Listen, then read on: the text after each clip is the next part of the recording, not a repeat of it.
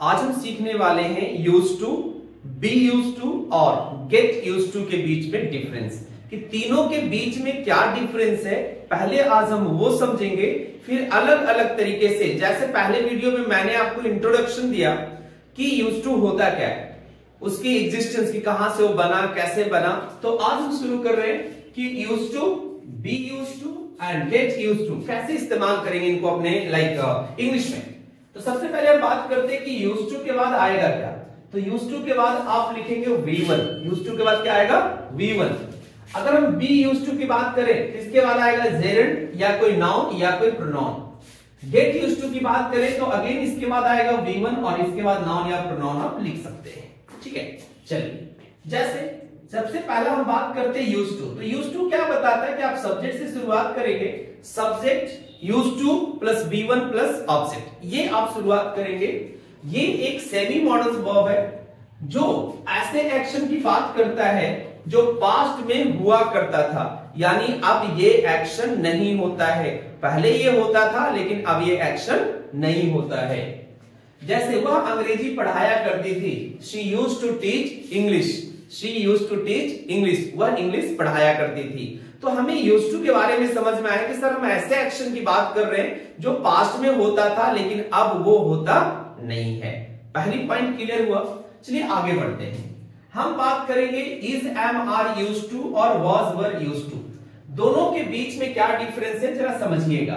तो एक डिफरेंस है कि यहां पर यूज्ड टू जो है ये एक वर्ब है, जबकि यहां पर जो एक यूज्ड टू है ये एक एडजेक्टिव है। एक डिफरेंस तो आपको पहले समझ में आ गया कि ऊपर वाले में वर्ब है और यहां वाले में एडजेक्टिव है। अब अंतर क्या है?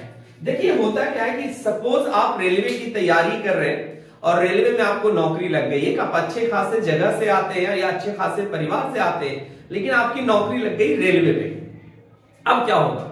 अब रेलवे मान लीजिए वो भी ग्रुप डी वाली नौकरी लगे और लगता है यार छोड़ना नहीं है, करना है चल कर, ठीक है। तो आप क्या करते हैं? जाते हैं। लेकिन जब आप करना शुरू करते हैं काम, वो रेलवे वाली ट्रैक वाली काम आपको मिलेगा, ट्रैक मैन, तो होगा क्या कि शुरुआत में आपको दिक्कत आएगा। अब दिक्कत आएगा, उस काम को बार बार करते करते करते करते करते करते आप उसके अभ्यस्त हो जाएंगे।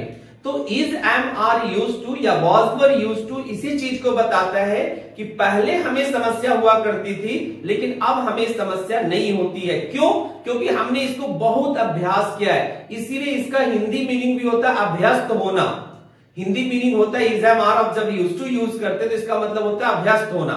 देखिए इतनी सारी चीजें आपको यूट्यूब पर मेरे हिसाब से तो नहीं मिलती है। आपको ट्रांसलेशन मिल जाता है कि चलो जी ट्रांसलेशन बनाओ, बट जितनी बातें मैं आपको बता रहा हूं इसको ध्यान से सुनिए और समझिए। तो बी यूज टू समझ में आया कि हम वैसी एक्शंस के बारे में बात कर रहे हैं जो पहले मुझे तकलीफ देता था लेकिन अब मुझे तकलीफ नहीं देता, अब मैं इसको आसानी से कर लेता हूं। देखिए जरा हमने लिखा और ये बताएगा क्या? ये बताएगा state of being familiar with और अकस्टम्ड टू समथिंग, यानी ये अवस्था को बताता कि अभी हम किसी चीज के अभ्यस्त होने की कगार पे हैं, या उसकी अवस्था को बता रहा है, उसका कंडीशन को बता रहा है कि अभी कंडीशन कैसा है। Earlier it was difficult but not now, पहले डिफिकल्ट था लेकिन अब डिफिकल्ट नहीं है। जैसे she is used to getting up in the morning. She is used to getting up in the morning, मतलब वह सुबह में जगने की अभ्यस्त है। यानी अर्लियर उनको दिक्कत होता था सुबह में जगने में, लेकिन बार बार करते करते अब उसकी आदत बन गई है। We were used to playing in dust, हम लोग को धूल में खेलने की आदत थी, मतलब अब फिर से नहीं है। पहले हमने आदत बनाया, धूल में खेलते खेलते आदत बन गया, हमने कुछ दिनों तक खेला और अब आदत फिर से खत्म हो गया। तो I hope be used to समझ में आया। अब आते हैं गेट यूज्ड टू पे। गेट यूज्ड टू आपको कहता है कि यहां पर भी आप नाउन एडजेक्टिव के साथ, नाउन के साथ यूज कर सकते हैं, प्रोनाउन के साथ यूज कर सकते हैं, वर्ब की आगे की फॉर्म इस्तेमाल करेंगे।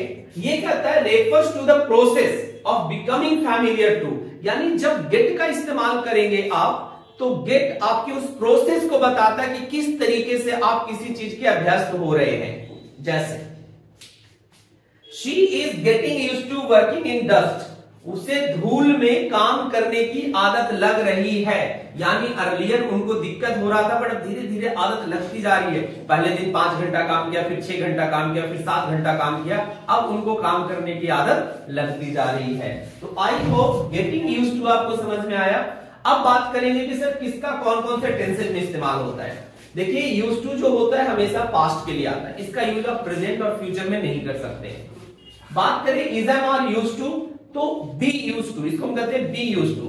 इसका यूज आप प्रेजेंट में, पास्ट में और फ्यूचर में भी करते हैं, बट फ्यूचर में लेस कॉमन है, फ्यूचर में इसका इस्तेमाल ज्यादा आप नहीं करते हैं। बट बात करेंगे get used to, get used to का इस्तेमाल ऑलमोस्ट सभी टेंसेस के साथ कर सकते हैं, ऑलमोस्ट सभी टेंसेस के साथ कर सकते हैं। Present indefinite, present continuous, present perfect, present perfect continuous, past simple, तो सारे टेंसेस में ऑलमोस्ट आप इसका इस्तेमाल कर सकते हैं। आई होप ये चीजें समझ में आई कि भैया यूज्ड टू क्या होगा, बी यूज्ड टू क्या होगा, गेट यूज्ड टू क्या होगा। आप ले सकते हो स्क्रीनशॉट और बाकी हम चलेंगे नेक्स्ट वीडियो में। तो देखिए वीडियो को ज्यादा से ज्यादा शेयर कीजिए और चैनल को सब्सक्राइब जरूर कीजिए। Thank you.